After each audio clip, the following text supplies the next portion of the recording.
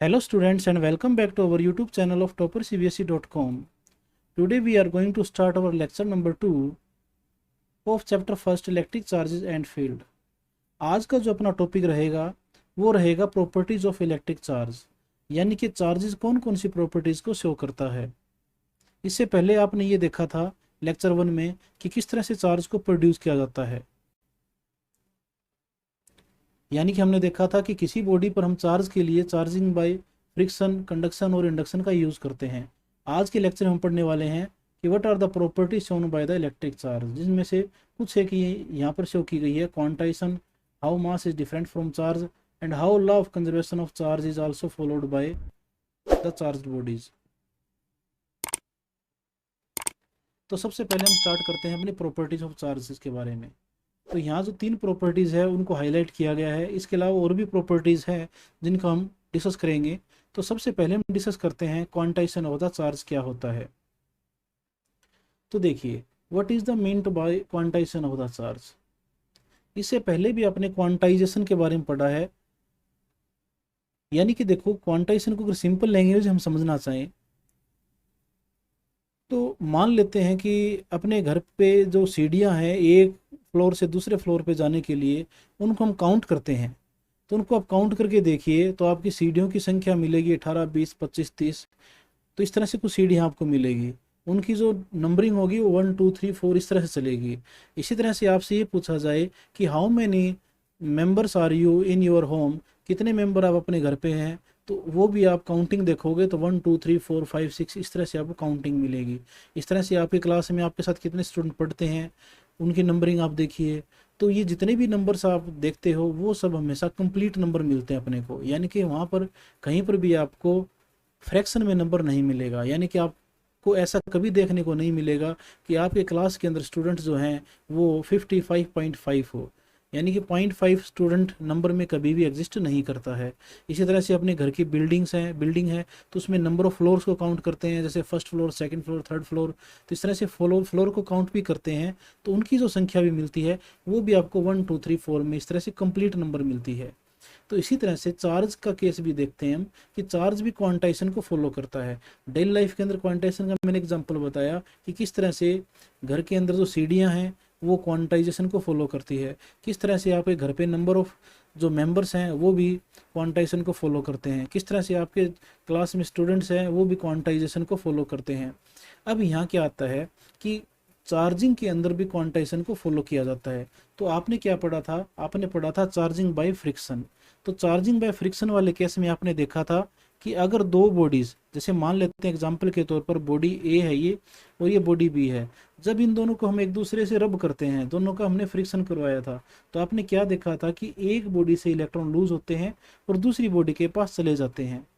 तो इस तरह से जो इलेक्ट्रॉन का जो ट्रांसफर होगा उनकी भी काउंटिंग करेंगे तो वो भी हमेशा आपको कंप्लीट नंबर मिलेगा, आपको फ्रैक्शन में नंबर नहीं मिलेगा। जैसे एग्जांपल के तौर पर अगर ए से बी के पास इलेक्ट्रॉन ट्रांसफर हो रहे हैं तो 1, 2, 3, 4 इस तरह से आपको कंप्लीट नंबर में मिलेंगे। ऐसा कभी नहीं हो सकता कि 2.75 of electron transfer from body A to body B, कभी भी पॉइंट्स में इलेक्ट्रॉन ट्रांसफर नहीं होते हैं। अगर मान लेते हैं कि यहाँ से 3 इलेक्ट्रॉन्स ए से रिमूव हो चुके हैं और वो बी के पास जा चुके हैं। अब आप देखिए, अगर ए से इलेक्ट्रॉन रिमूव हुए हैं तो इसका मीनिंग ये हुआ कि जो चार्ज मिलेगा आपका ए पर वो कितना मिलेगा, वो मिलेगा आपको मिलेगा +3e। इसी तरह से जो बी पे जो चार्ज होगा उसको हम क्या ले सकते हैं, -3e। तो ये प्लस और माइनस क्यों आया है, इसका मीनिंग क्या होगा कि इसके पास 3 इलेक्ट्रॉन्स की कमी आ चुकी है, बी के पास 3 इलेक्ट्रॉन एक्स्ट्रा हो चुके हैं, यानी कि इसके पास अब प्रोटॉन की संख्या ज़्यादा है इलेक्ट्रॉन से और बी के पास इलेक्ट्रॉन की संख्या प्रोटॉन से 3 ज़्यादा है। तो इस तरह से आपने क्या देखा कि एक बॉडी पे +3e चार्ज और दूसरी बॉडी पे -3e चार्ज है। तो इस तरह से दोनों चार्जेस को हम एक साथ लिखना चाहें तो इस तरह से लिख सकते हैं +3 + -3e। प्लस माइनस का मीनिंग प्लस किसके लिए आ चुका है, जो बॉडी इलेक्ट्रॉन अपने लूज करती है, माइनस उसके लिए जो बॉडी इलेक्ट्रॉन गेन करती है। इसी तरह से आपने क्या देखा कि ये तो आपका है फॉर एग्जांपल के लिए, जनरल फॉर्म के अंदर इसको इस तरह से लिखा जा सकता है कि charge on a body is equal to +-NE, यानी कि किसी बॉडी के ऊपर जो चार्ज होगा वो प्लस में भी हो सकता है और माइनस में भी हो सकता है। और ई टाइम्स होगा। ई का मीनिंग क्या होता है? E is the charge of electron. जो मैग्नीट्यूड लेके चलते हैं हम, यहाँ माइनस लेके नहीं चलते हैं। This is the magnitude of the charge of electron, 1.6 into 10⁻19 coulomb. अब ये देखिए, अगर ई अपना मैग्नीट्यूड है तो एन की वैल्यू आपने क्या देखी? एन की वैल्यू आपकी प्लस माइनस एन है, यानी कि माइनस में भी हो सकती है और प्लस में भी हो सकती है। तो इसका मीनिंग क्या हुआ कि ये इंटीजर बन चुका है। तो आपने क्या देखा कि किसी भी बॉडी के ऊपर जो चार्ज होगा, यानी कि total charge on the body is equal to the integral multiple of the basic unit of the charge. यानी कि ई को हमने क्या बोल दिया? ई को आपने बोल दिया बेसिक यूनिट। बेसिक यूनिट का मीनिंग आप ये भी कह सकते हो fundamental unit. Fundamental unit of charge. E को सबसे छोटा चार्ज मान के चलते हैं हम, ई यानी कि 1.6 इंटू 10⁻19 कूलोम को। क्योंकि इसका रीज़न ये है कि इलेक्ट्रॉन फ्रीली एग्जिस्ट कर सकता है जिसके पास चार्ज की वैल्यू ये होती है 1.6 इंटू 10⁻19 कूलोम। इससे छोटा चार्ज अभी तक हमें नहीं मिला है जो फ्रीली एग्जिस्ट कर सकता है, इसलिए इसको हमने क्या माना है? फंडामेंटल या बेसिक चार्ज मान लिया, यानी कि बेसिक यूनिट भी बोल सकते हैं हम। तो किसी भी बॉडी के ऊपर चार्ज होगा वो क्या होगा? प्लस माइनस एन ई होगा। प्लस किसके लिए होगा? जो बॉडी इलेक्ट्रॉन अपने लूज करती है उसके लिए, और माइनस किसको रिप्रेजेंट करता है? यानी कि बॉडी ने इलेक्ट्रॉन गेन किए हैं। तो इस तरह से हम देखते हैं कि क्वांटाइजेशन क्या होता है।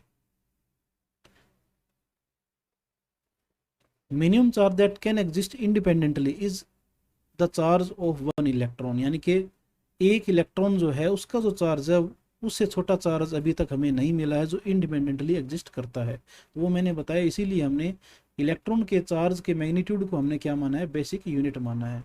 तो क्वांटाइजेशन का मीनिंग आपको क्लियर हो चुका होगा। उसके बाद में देखते हैं अपना कॉन्सेप्ट बूस्टर नंबर 2। इससे पहले बूस्टर नंबर 1 आया था पहले लेक्चर के अंदर। तो हम इस तरह से अपने बूस्टर नंबर की संख्या जो है वो देखते जाएंगे भी कितने आ चुके हैं ये, तो हमें पता लगेगा कि कंप्लीट फिजिक्स में हमने कितने ऐसे पॉइंट्स पढ़े हैं जो बिल्कुल हटके थे और जो हमारे लिए कहीं ना कहीं इंपॉर्टेंट है किसी भी कंपटीशन एग्जाम के लिए। तो लेक्चर नंबर 2 में ये अपना है कॉन्सेप्ट बूस्टर नंबर 2। ये बूस्टर क्या कहता है? देखो, अभी आपने क्या कहा कि इलेक्ट्रॉन का जो चार्ज है E is equal to 1.6 into 10⁻19 coulomb, वो बेसिक यूनिट है। तो वो इसलिए बेसिक माना क्योंकि वो फ्रीली एग्जिस्ट करता है, इंडिपेंडेंटली एग्जिस्ट कर सकता है।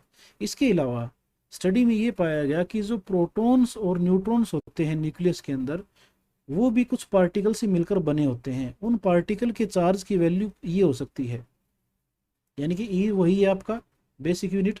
तो बेसिक यूनिट का 1/3 भी हो सकता है और 2/3 भी हो सकता है। इसका मीनिंग तो ये हुआ कि जो बेसिक यूनिट आपने माना था वो कम से कम था। तो यहाँ तो ये देखिए कि E/3 तो उससे भी थोड़ा थोड़ा हो गया ना, 1/3, यानी कि 1/3 टाइम्स है। यहाँ कितना टाइम्स है? 2/3, यानी कि ई से भी छोटा चार्ज एग्जिस्ट करने लग रहा है। बट पॉइंट नोट करने वाला क्या है? ये जो चार्ज है ये इंडिपेंडेंटली एग्जिस्ट नहीं करता है, yet not known to exist independently.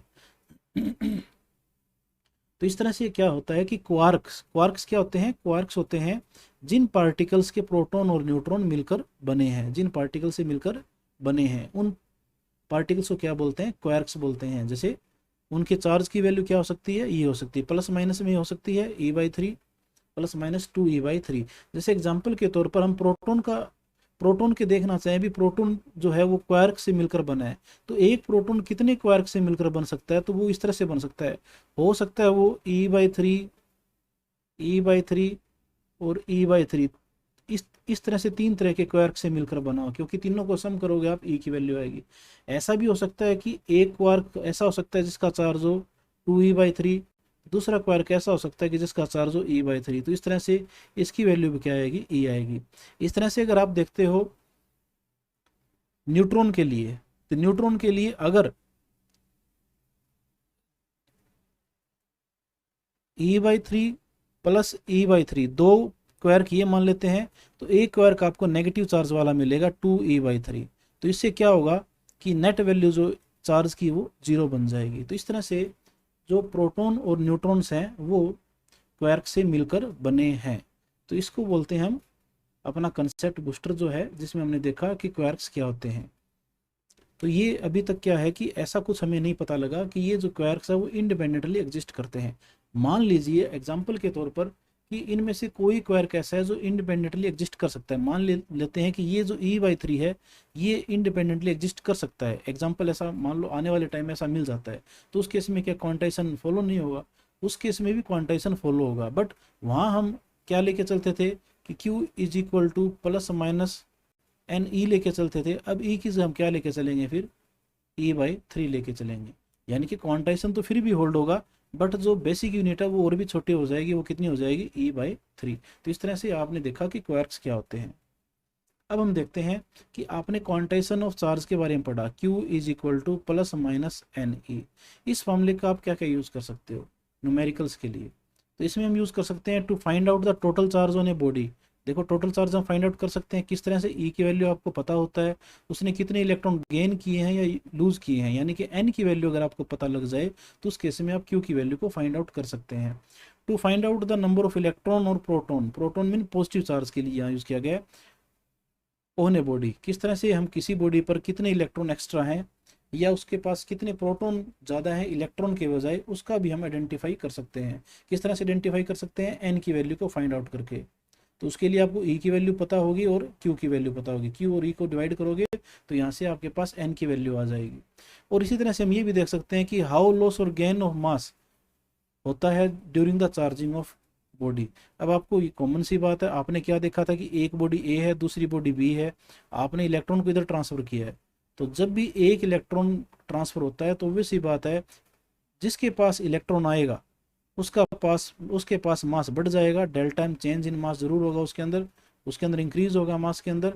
और जिससे मास चला जाएगा यानी कि इलेक्ट्रॉन चला जाएगा उससे मास के अंदर हमेशा कमी होगी। कितना कमी होगी? मास ऑफ इलेक्ट्रॉन की इक्वल। जितने इलेक्ट्रॉन आ जाएंगे उतना ही मास बढ़ता जाएगा, जितने कम होंगे उतना ही मास कम होता जाएगा। जैसे एग्जांपल के तौर पर आपको निकालना पड़ जाए what is the value of change in mass, कितना मास चेंज हुआ। जैसे एग्जांपल के तौर पर आपको ये कह दिया जाए कि body A loses 3 electron, body A ने 3 इलेक्ट्रॉन लूज किए हैं, तो बॉडी ए का कितना मास डिक्रीज होगा? तो आप क्या कहोगे? Delta M. डेल्टा एम की वैल्यू क्या आएगी? डेल्टा एम की वैल्यू आएगी number of electron transferred and mass of 1 electron. और इसको आप क्या ले सकते हो? नेगेटिव में ले सकते हो, ठीक है ना। नेगेटिव मतलब लॉस ऑफ द मास है, इतना ही मास बी का बढ़ भी जाएगा फिर। तो इसको देखते हैं न्यूमेरिकल्स के तौर पर। जैसे यहाँ देखिए कि एग्जाम्पल 1 क्या कहता है, can an object have a charge of this value, इतना चार्ज हो सकता है क्या किसी भी बॉडी के पास। तो यानी कि यहाँ पर आपको Q की जो वैल्यू है वो गिवन है 2.8 इंटू 10⁻18 कूलोम। आपको पता है E यानी कि बेसिक यूनिट जो है वो कितने लेकर चलते हैं? 1.6 इंटू 10⁻19 कूलोम। तो ये चार्ज एग्जिस्ट कर सकता है या नहीं कर सकता, उसके लिए हम N की वैल्यू को चेक करते हैं। तो N की वैल्यू क्या होती है? Q/E। तो आपने क्या किया? 2.8 इंटू 10⁻16 को डिवाइड किया 1.6 इंटू 10⁻19 से। तो इसको सोल्व करने के बाद में इट विल कम आउट 1.75।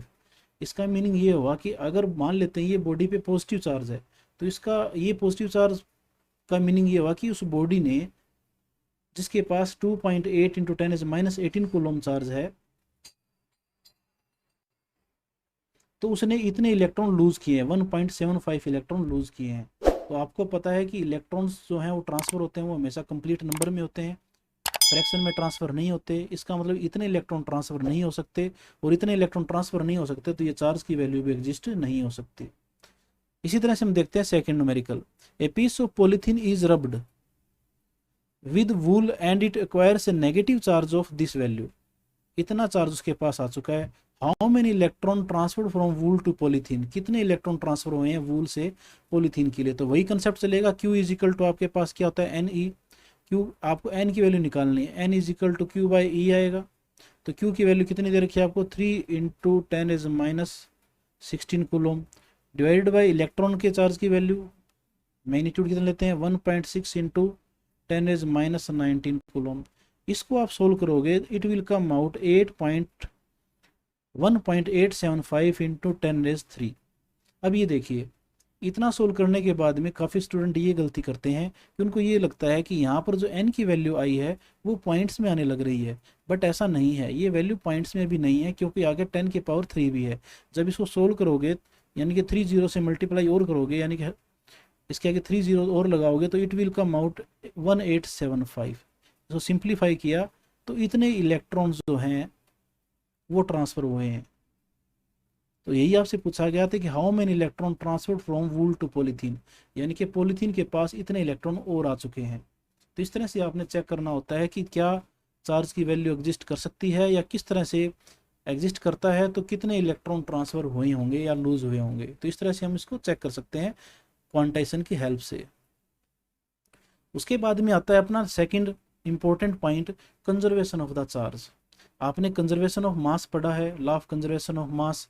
उसमें आपने क्या पढ़ा था कि मास जो है वो ऑलवेज कांस्टेंट होता है। कोई भी प्रोसेस के अंदर टोटल मास जो होता है इनिशियल और फाइनली हम चेक करते हैं तो उसकी वैल्यू हमेशा सेम मिलती है। इसी तरह से यहाँ पर भी हम कुछ एग्जांपल्स देखेंगे जिसमें प्रोसेस से पहले, चेंज से पहले भी चार्ज की वैल्यू और चेंज के बाद में चार्ज की वैल्यू, दोनों केस में चार्ज की वैल्यू आपको सेम मिलेगी। तो charge can neither be created nor destroyed in an isolated system। Isolated system के लिए चार्ज की वैल्यू को ना तो हम क्रिएट कर सकते हैं, चार्ज को ना ही क्रिएट कर सकते हैं, ना ही चार्ज को हम डिस्ट्रॉय कर सकते हैं। तो सबसे पहले तो यहाँ देखिए आइसोलेटेड सिस्टम होता क्या है। अब देखिए आइसोलेटेड का मीनिंग ये होता है कि जिन दो बॉडीज की हम बात कर रहे हैं उन्हीं बॉडीज को आपने रखना है, इसके अलावा थर्ड बॉडी का उसमें इंटरफेयर नहीं होना चाहिए। जैसे एग्जांपल के तौर पर आपकी पॉकेट में, लेफ्ट और राइट पॉकेट में, दोनों में आपके पास 2000 रुपये बनते हैं। 1000 रुपये एक पॉकेट में है और दूसरे पॉकेट में 1000 रुपये हैं। तो इस तरह से मिलाकर आपके पास टोटल 2000 रुपीज़ बन जाते हैं। अब आप एक पॉकेट से रुपए निकाल देते हैं और दूसरी पॉकेट में डाल देते हैं, तो उस केस में क्या रहेगा कि एक पॉकेट तो आपकी हालांकि एम्प्टी है, बट दूसरी जो पॉकेट है उसमें आपके पास टोटल रुपीज 2000 हो गए। तो इट मीन चेंज से पहले भी 2000 रुपये थे आपके पास और चेंज के बाद में भी 2000 रुपये हैं। ऐसा केस बनता है आइसोलेटेड सिस्टम का। पर मान लेते हैं कि आपके 1000 रुपये जेब से निकल के बाहर गिर जाते हैं और साथ में किसी खड़े बंदे ने वो 1000 रुपये वहाँ से उठाए और अपनी पॉकेट में डाल लिए। तो इस केस में आपकी पॉकेट में कितने रुपए रहेंगे, पहले 2000 रुपये थे, अब थोड़ी देर बाद में देखा आपकी पॉकेट में 1000 रुपये ही बचे हैं। तो वो सिस्टम जो है वो आइसोलेटेड नहीं रहेगा, क्योंकि इसमें थर्ड पर्सन का इंटरफेरेंस होने लग रहा है। तो इसी तरह से यहाँ भी है, देखो जिन दो बॉडीज की बात करेंगे या जिस प्रोसेस की बात करेंगे उसके अलावा कोई थर्ड चेंज या थर्ड बॉडी का उसमें इंटरफेयर नहीं होना चाहिए। तो इस तरह से बोलते हैं उसको हम आइसोलेटेड सिस्टम। तो आइसोलेटेड सिस्टम के लिए चार्ज को ना तो हम क्रिएट कर सकते हैं ना ही डिस्ट्रॉय कर सकते हैं। जितना चार्ज उसके पास स्टार्टिंग में होगा उतना ही चार्ज लास्ट में होगा। जैसे एग्जाम्पल के तौर पे हमने बार बार देखा है कि जैसे एग्जाम्पल के तौर पर बॉडी ए लिया आपने, बॉडी बी ली। अब स्टार्टिंग में क्या था, दोनों बॉडीज अलग अलग थी, इन दोनों की रबिंग नहीं किया आपने। रबिंग नहीं की तो इसको बोलेंगे बिफोर रबिंग। आपने फ्रिक्शन नहीं किया, दोनों का फ्रिक्शन नहीं किया, तो इस ए के पास भी चार्ज जीरो और बी के पास भी जीरो। तो total charge on A plus total charge on B, दोनों को आप सम करोगे जीरो आएगा। अब आपने क्या किया, दोनों को रब करना स्टार्ट किया। दोनों को आप रब करना स्टार्ट करो तो आपको पता है हीट प्रोड्यूस होती है रबिंग के टाइम में, और जैसे हीट प्रोड्यूस होती है तो इलेक्ट्रॉन ट्रांसफर होना स्टार्ट हो जाएंगे। तो आफ्टर रबिंग, रबिंग के बाद में आप क्या देखोगे कि ए के पास चार्ज मिलेगा, मान लेते हैं +3 माइनस +3, और बी के पास चार्ज बनता है मान लो -3। तो इस तरह से आपने अगेन देखा, दोनों की टोटल वैल्यू देखी, Q A plus Q B की वैल्यू देखी, +3 -3, और दोनों को सम किया तो इक्वल टू क्या आ चुका है, 0। इसका मीनिंग क्या हुआ कि ए ने 3 इलेक्ट्रॉन ट्रांसफर किए हैं बी के पास। तो आपने क्या देखा कि ट्रांसफर होने से पहले टोटल चार्ज 0 था दोनों बॉडीज का, और इलेक्ट्रॉन के ट्रांसफर होने के बाद में आपने देखा कि दोनों का टोटल चेक किया तब भी कितना मिला, आपको 0 मिला है। तो इस तरह से आपने देखा कि टोटल चार्ज की वैल्यू जो है वो ऑलवेज कांस्टेंट होती है। इसको हम और प्रॉपर एग्जांपल से देखते हैं, जो थोड़े बढ़िया एग्जांपल भी हैं। जैसे एग्जांपल अपना पेयर प्रोडक्शन का। अब ये पेयर प्रोडक्शन क्या होता है, इसमें क्या होता है कि एक फोटोन लेके चलते हैं, a gamma ray photon on interacting with matter transform into an electron and positron. Electron और पॉजिट्रॉन जो हैं वो एक जैसे ही होते हैं, बट डिफरेंस क्या होता है, इलेक्ट्रॉन पे चार्ज नेगेटिव होता है और पॉजिट्रॉन के पास जो है चार्ज पॉजिटिव होता है। इसको एंटी पार्टिकल बोलते हैं इलेक्ट्रॉन का। तो इसमें हुआ क्या, देखो इसके लिए आपने क्या लिया, एक फोटोन लिया, ये आपका फोटोन को इस तरह से रिप्रेजेंट करते हैं। फोटोन की जो एनर्जी है उसको एच न्यू मानना आपने, और जैसे ये किसी मैटर के साथ इंटरेक्ट करेगा, मैटर के साथ इंटरेक्ट करने का मतलब ये कि हो सकता है कोई न्यूक्लियस हो सकता है, हैवी न्यूक्लियस। तो ये कोई मैटर है, मैटर के साथ इंटरेक्ट करने के बाद में आप क्या देखोगे कि it will change into 2 particle, 2 particle में चेंज हो जाएगा। एक पार्टिकल बनेगा इलेक्ट्रॉन और दूसरा जो पार्टिकल बना है वो बना है पॉजिट्रॉन। इलेक्ट्रॉन पे नेगेटिव लेते हैं, पॉजिट्रॉन पे पॉजिटिव लेके चलते हैं। तो देखिए इसमें 2-3 पॉइंट ऐसे हैं जो इंटरेस्टिंग है, जो आपको समझने ज़रूरी है। कैसे? पहली बात तो ये देखिए कि ये जो आपका फोटोन है, फोटोन जो है ये एक एनर्जी की फॉर्म में है। Photon is the form of energy, ये जो है एक फॉर्म ऑफ एनर्जी है, इसलिए इसका मास कितना है? 0 है। फोटोन का जो मास है वो 0 है। और अगर मास नहीं है तो चार्ज भी नहीं होगा। तो इसके पास जो चार्ज की वैल्यू है, फोटोन के पास जो चार्ज की वैल्यू है वो कितनी है? फोटोन का जो चार्ज है वो कितना है? 0। और जैसे ही आपने देखा कि चेंज हुआ, चेंज के बाद में आपने देखा कि इसके पास नेगेटिव चार्ज और इसके पास क्या आ चुका है? Positive charge. तो आप देखो दोनों को प्लस करोगे तो दोनों का टोटल चार्ज कितना बनेगा? माइनस ई और प्लस ई का टोटल चार्ज क्या बनेगा? 0 बनेगा। इस तरह से चेंज से पहले भी टोटल चार्ज 0 था और चेंज के बाद में भी आपने क्या देखा? टोटल चार्ज 0 है। एक तो पॉइंट इसमें ये आया कि फोटोन किस तरह से पॉजिट्रॉन और इलेक्ट्रॉन में कन्वर्ट होता है। एक सबसे बढ़िया बात इसमें क्या पता लगी आपको, ये आपने ध्यान रखना है कि यहाँ पर फोटोन जो था वो एनर्जी की फॉर्म में था, और फोटोन जैसे ही इंटरेक्ट करता है किसी हैवी न्यूक्लियस वगैरह से, किसी मैटर से, तो ये दो पार्टिकल्स में कन्वर्ट होने लग रहा है, जिसमें एक इलेक्ट्रॉन है और दूसरे वाला क्या है? पॉजिट्रॉन। तो इलेक्ट्रॉन और पॉजिट्रॉन जो पार्टिकल्स हैं, तो वैसी बात दोनों के अंदर क्या होगा? मास होगा। तो आपने क्या देखा कि पेयर प्रोडक्शन एक ऐसा एग्जांपल भी है जिसमें हम ये देखते हैं कि energy can be converted into mass. तो एनर्जी मास में कन्वर्ट होने लग रही है। तो ये तो था आपका पेयर प्रोडक्शन। उसके बाद में देखते हैं next point, annihilation of the matter. इसमें क्या देखना है? देखो इस वाले केस में ऊपर वाले प्रोसेस से रिवर्स है। रिवर्स कैसे है? इसमें यह बताया गया है कि जब एक पॉजिट्रॉन एक इलेक्ट्रॉन से इंटरेक्ट करता है, ये इलेक्ट्रॉन और ये पॉजिट्रॉन दोनों अपोजिटली मूव कर रहे हैं एक दूसरे की तरफ, तो दोनों जब एक दूसरे से टकराते हैं तो टकराने के बाद में आप क्या देखोगे? दोनों कन्वर्ट हो जाते हैं फोटोन के अंदर। अब यहाँ तो देखो एक फोटोन से दो पार्टिकल बने थे, अब की बार क्या होगा? जब ये दोनों पार्टिकल कंबाइन करेंगे तो दो फोटोन बनेंगे। एक फोटोन इस तरफ मूव करेगा और दूसरा वाला फोटोन जो है वो इस तरफ मूव करेगा। अपोजिटली मूविंग फोटोन होंगे। इसकी एनर्जी एच न्यू, इसकी एनर्जी एच न्यू। अब देखो इसमें सबसे बड़ा कन्फ्यूजन स्टूडेंट्स के ये होता है कि पहले वाली प्रोसेस में तो एक फोटोन था और दो पार्टिकल थे, और annihilation in matter, annihilation of the matter के अंदर क्या है कि पार्टिकल तो वही है बट फोटोन दो बनने लग रहे हैं। तो इसके पीछे रीजन क्या है? तो सबसे पहले रीजन तो देखो इसमें क्या होने लग रहा है कि ये जो फोटोन था, ये जो एनर्जी थी एक फोटोन की, और इन दोनों फोटोन की जो एनर्जी है मिलाकर एक जैसी होगी। यानी कि एक फोटोन रिप्रेजेंट करें या दो फोटोन रिप्रेजेंट करें, बात एक ही है, क्योंकि दोनों की एनर्जी इस एक के इक्वल है। ये पॉइंट आपको क्लियर हो जाना चाहिए। सेकंड पॉइंट अभी आते कि दो ही फोटोन क्यों लिए, हम एक फोटोन क्यों नहीं ले पाते इतनी एनर्जी का? तो इस केस में क्या है, इसके पीछे रीजन क्या है? देखो आप ये देखिए, ये दो पार्टिकल मूव करने लग रहे हैं अपोजिट डायरेक्शन में।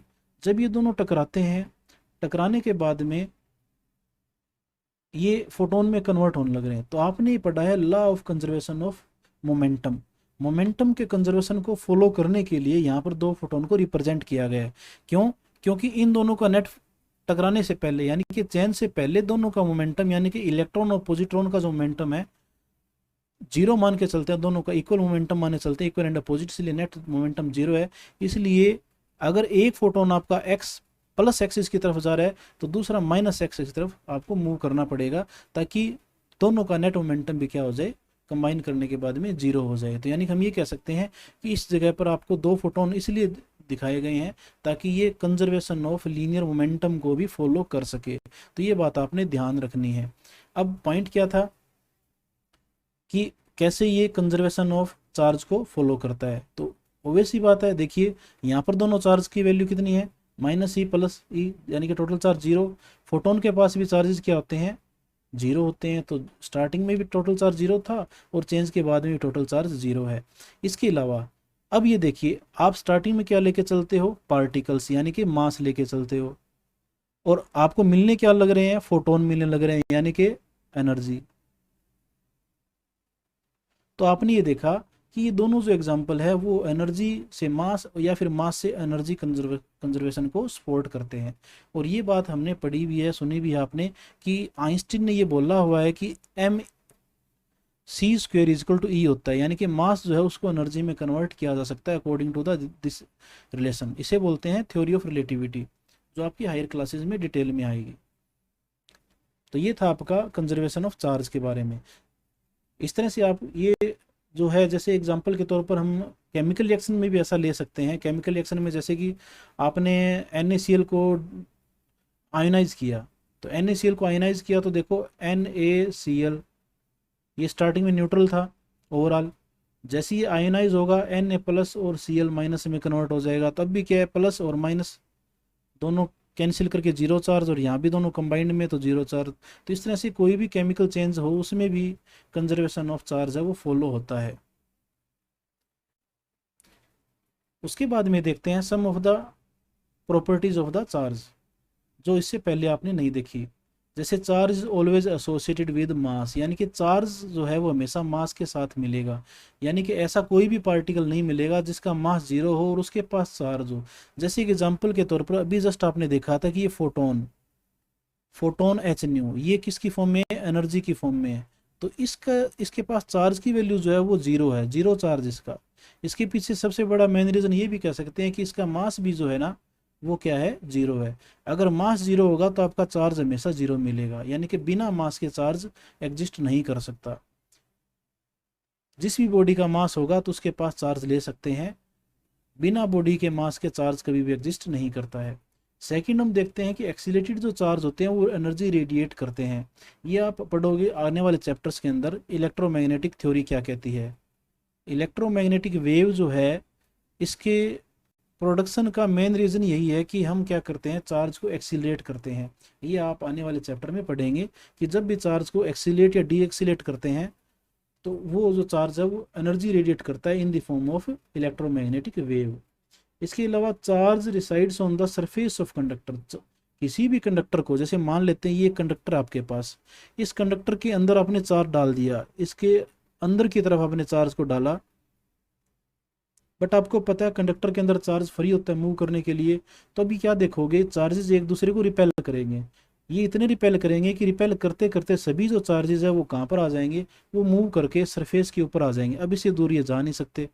तो इस तरह से देखा कि चार्जेस जो है वो बॉडी के अंदर की बजाय बॉडी के सरफेस पे एग्जिस्ट करते हैं, और बॉडी कैसी होनी चाहिए, कंडक्टिंग होनी चाहिए।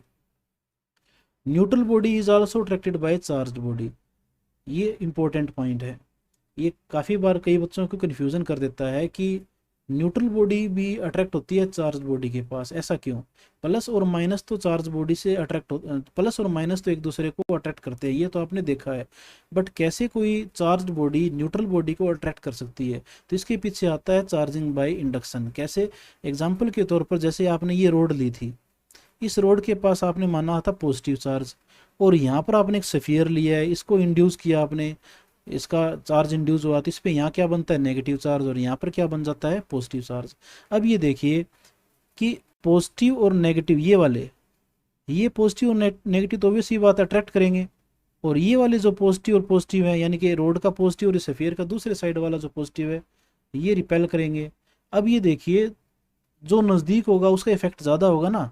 तो ये देखो ये नेगेटिव वाला जो चार्ज है वो पॉजिटिव के नज़दीक है, पॉजिटिव वाला जो सफियर का पॉजिटिव है इस रोड वाले पॉजिटिव से दूर है। इसकी वजह से रिपल्सन वाले का इफेक्ट कम होगा और अट्रैक्शन वाले का इफेक्ट क्या होगा, ज़्यादा होगा, जिसकी वजह से ये न्यूट्रल बॉडी जो थी वो इस पॉजिटिवली चार्ज बॉडी की तरफ अट्रैक्ट होने लग जाती है। तो इसके पीछे रीज़न क्या है, चार्जिंग बाय इंडक्शन।